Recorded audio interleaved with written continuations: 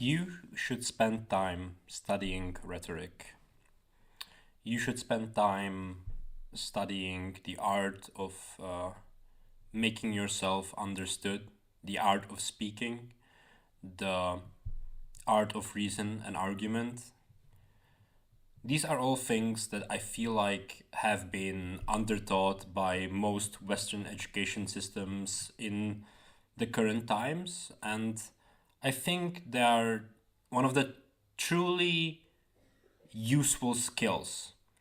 When you think about your life and what you do in it, it's extremely difficult to imagine a scenario where you won't interact with other people.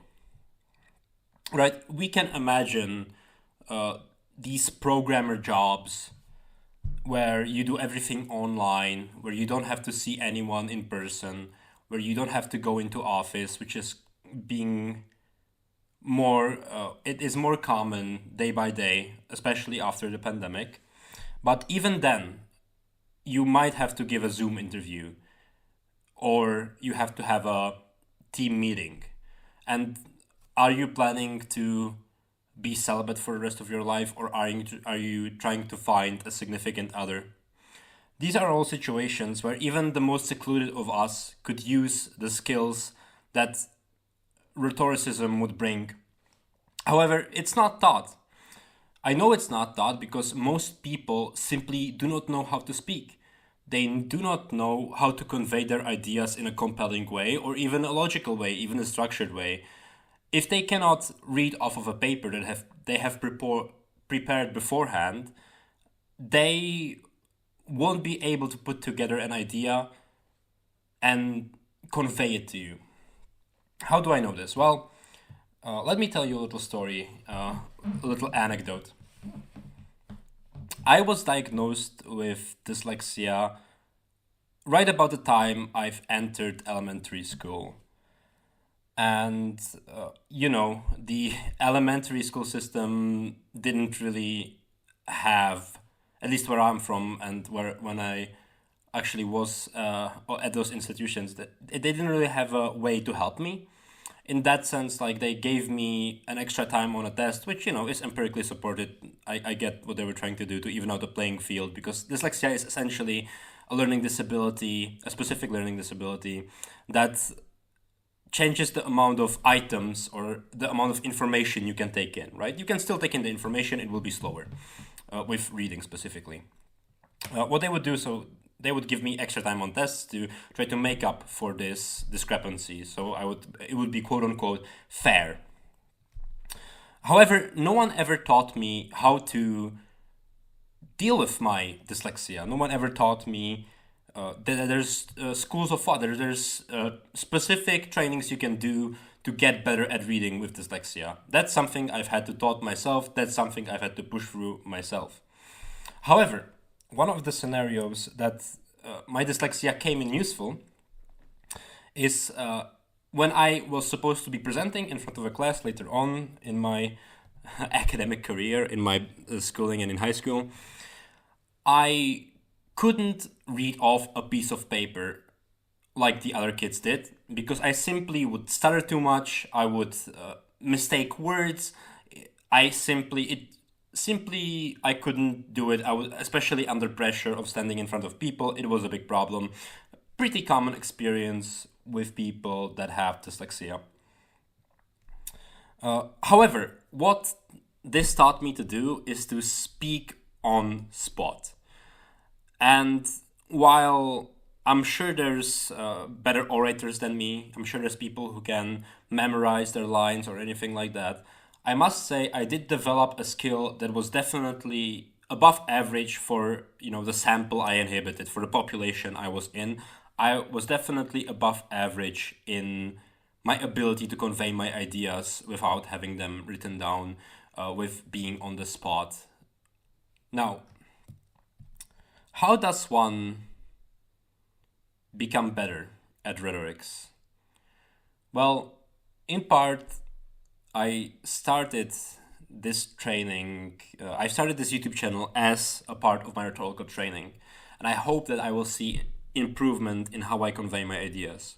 I usually have a very limited set of bullet points that I have to sort of keep me on track. However, I do still need to keep a lot of ideas in my working memory. And this is a part of it.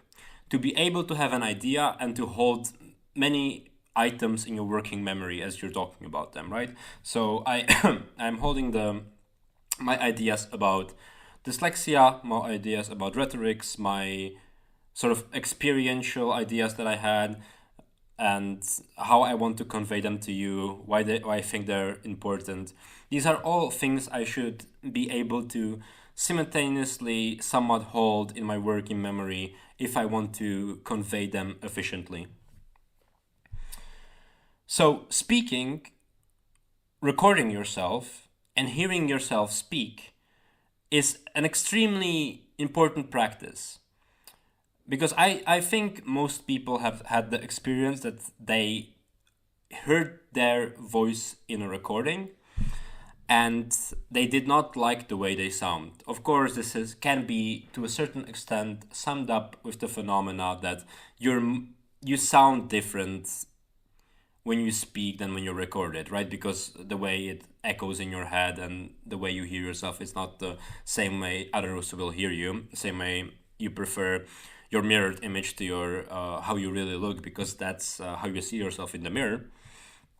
However, there's also, I feel like, many mistakes that we make in normal speech that we wouldn't notice until if someone did not record our speech. For example, filler words. If you listen to my previous video, I am extremely guilty of this, taking pauses and not letting it just be silent.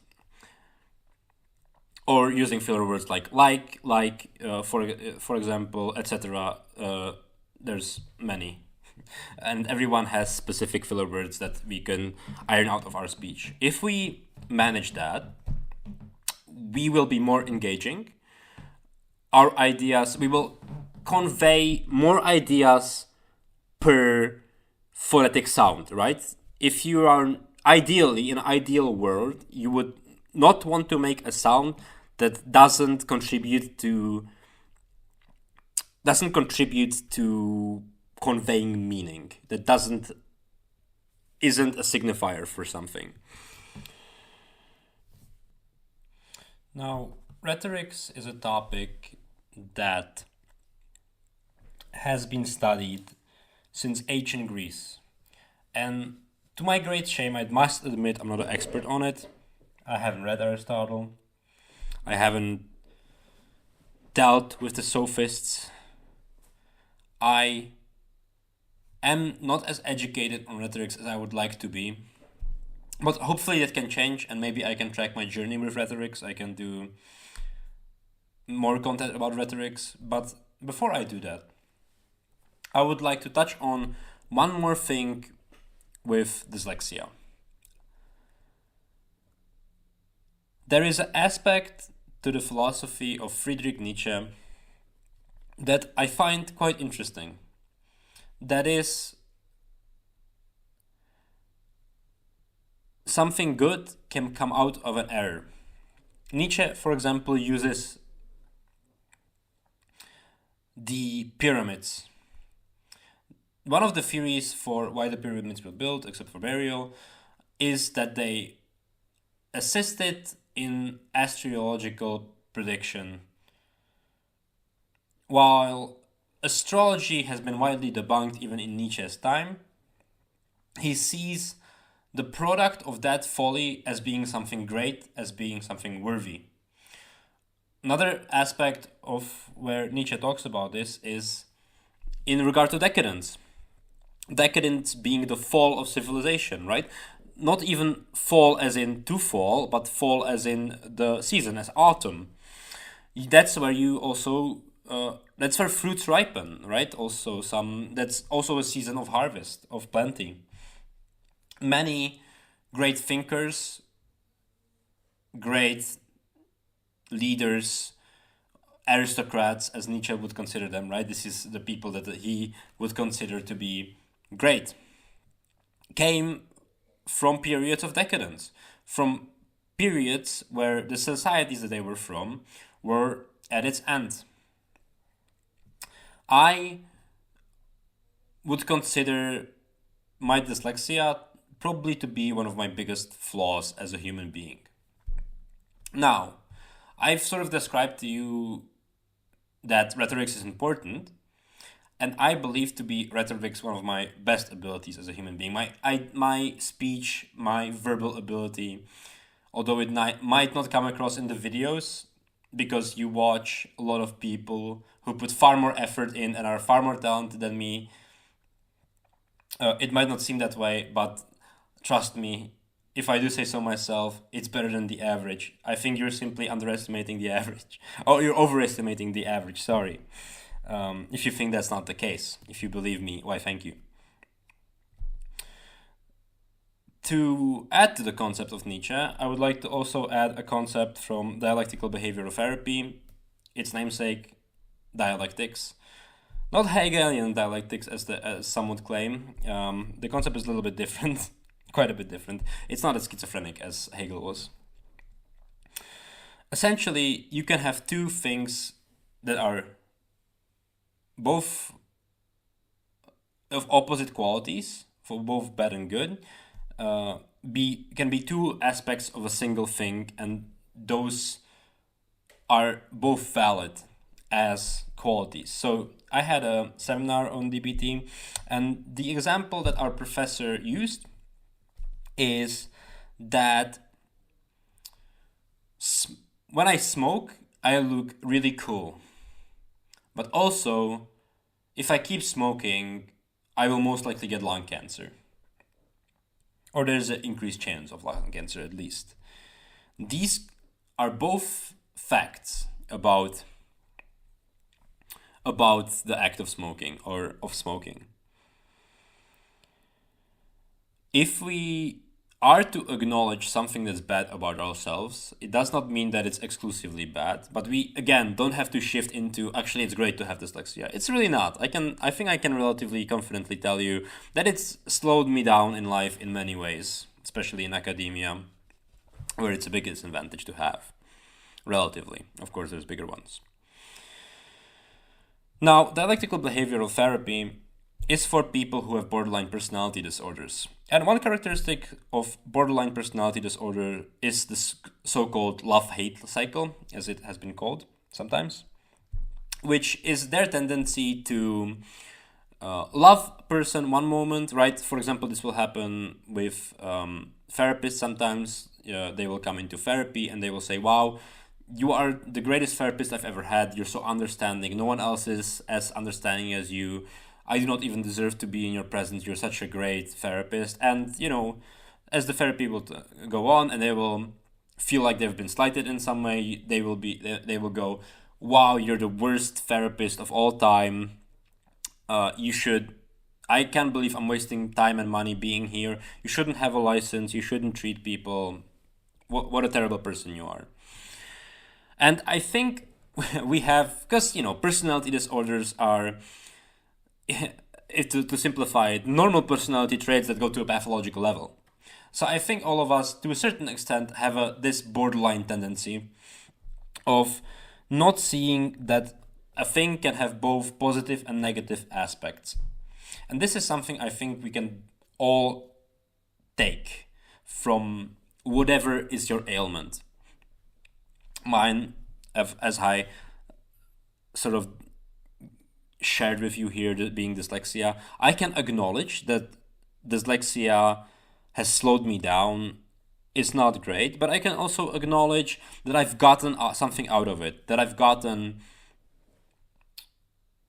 rhetorics, that I've gotten sort of maybe even verbal intelligence development, whatever you would want to call it, that it forced me to work with my verbal abilities rather than relying on, things like reading from a script.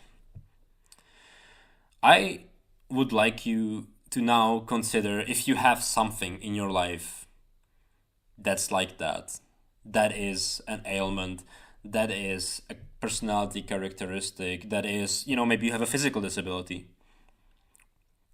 To bring it back all to Nietzsche, as I often do, as many of you will know, Nietzsche had a crippling illness. Some claim it to be syphilis. The modern evidence seems to point to the fact that it was not syphilis. That basically made him disabled for long periods of time, right? He would have headaches that would make him vomit. He couldn't get out of bed. Quite terrible. But his thought that you can't pick and choose aspects of life, right? That's sort of the eternal recurrence idea, that you say yes, you're a yes sayer to your life in your entirety. Despite suffering, despite sickness, maybe despite not being even the right word that I'm using, that I'm not formulating the idea correctly, but that you are willing to say yes to the totality of your life, not just the pleasurable moments, not just the good parts, but all of it. Now, through this process of dialectics that I have described earlier, I think we can come to terms with understanding that even our negative qualities are able to be overcome, and that they give us an opportunity for something to be overcome, and that they can give us something that we couldn't have had without them. And I think if we go through this process, that at the end of it, we come out with a better view of life. That instead of regretting being born in a certain situation or not being more fortunate, that we can truly say yes to life without picking and choosing.